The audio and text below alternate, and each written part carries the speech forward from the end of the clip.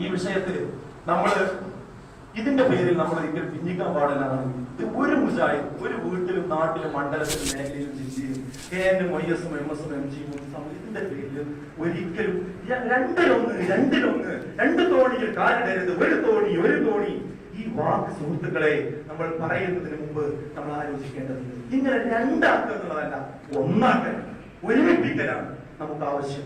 അതെനിക്ക് സാന്ദർഭികമായി ഞാൻ സൂചിപ്പിക്കണം. പിന്നെ അതോടൊപ്പം തന്നെ നിങ്ങളൊക്കെ പറയുന്നത് പറയേണ്ട കാര്യം എന്താ പറയാത്തത്?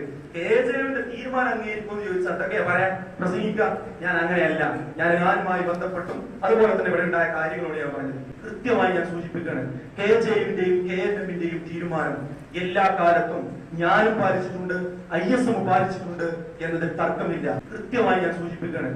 KJയുടെയും KNMന്റെയും തീരുമാനം എല്ലാ കാലത്തും ഞാനും പാലിച്ചിട്ടുണ്ട്, ISM പാലിച്ചിട്ടുണ്ട് എന്നതിൽ തർക്കമില്ല.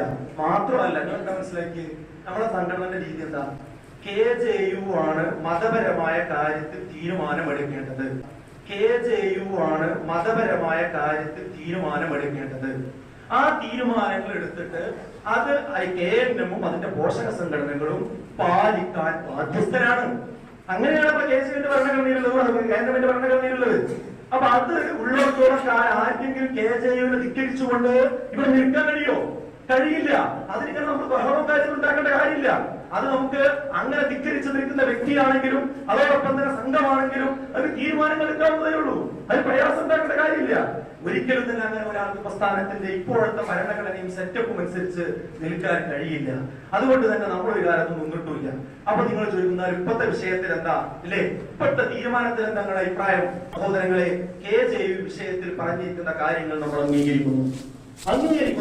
ഒരിക്കലും അത് ധിക്കരിക്കുന്ന സ്വഭാവം ഉണ്ടാവാൻ പാടില്ല. സഹോദരങ്ങളെ, KJU വിഷയത്തിൽ പറഞ്ഞിരിക്കുന്ന കാര്യങ്ങൾ നമ്മൾ അംഗീകരിക്കുന്നു. ഒരിക്കലും അത് ധിക്കരിക്കുന്ന സ്വഭാവം ഉണ്ടാവാൻ പാടില്ല.